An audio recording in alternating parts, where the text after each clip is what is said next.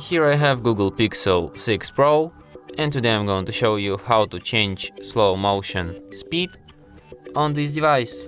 So firstly, let's open camera, then switch to the video mode, select slow motion, and here you can select slow motion speed. You can set it 8x, 4x, or you have, and that's it. You have only two speeds.